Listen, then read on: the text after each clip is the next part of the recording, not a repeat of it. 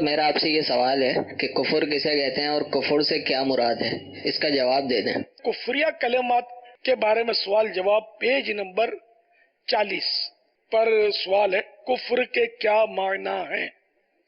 جواب، کفر کے لغوی معنی ہے، لفظی معنی کسی شے کو چھپانا، کسی چیز کو چھپانا، اور اصطلاح میں ٹرمینالوجی میں کسی ایک ضرورت دینی کے انکار کو بھی کفر کہتے ہیں، اگرچہ باقی تمام ضروریات دین کی تصدیق کرتا ہو اس کو سچا کہتا ہو۔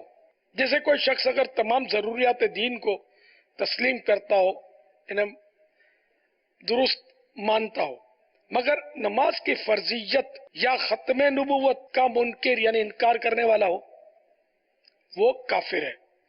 کہ نماز کو فرض ماننا اور سرکار مدینہ صلی اللہ تعالی علیہ وآلہ وسلم کو آخری نبی ماننا، دونوں باتیں ضروریات دین میں سے ہیں۔ نہ دونوں میں ایک کا بھی انکار کرے گا، نماز کو فرض نہیں مانتا تو بھی کافر ہے۔ ہمارے پیارے نبی صلی اللہ تعالی علیہ وآلہ وسلم کو آخری نبی نہیں مانتا تو بھی کافر ہے۔ انہیں نماز کو تو مانتا ہے، باقی قیامت کو، سب کو، اللہ کو بھی ایک مانتا ہے، سب کچھ مانتا ہے، لیکن آخری نبی نہیں مانتا تو کافر ہو جائے گا۔ یا آخری نبی بھی مانتا ہے، سب کچھ مانتا ہے، لیکن وہ نماز فرض نہیں ہے تو یہ بھی کافر ہو جائے گا۔ واللہ تعالی اعلم ورسولہ اعلم، عز و جل و صلی اللہ تعالی علیہ وآلہ وسلم، صلو علی الحبیب صلی اللہ تعالی علیہ وسلم۔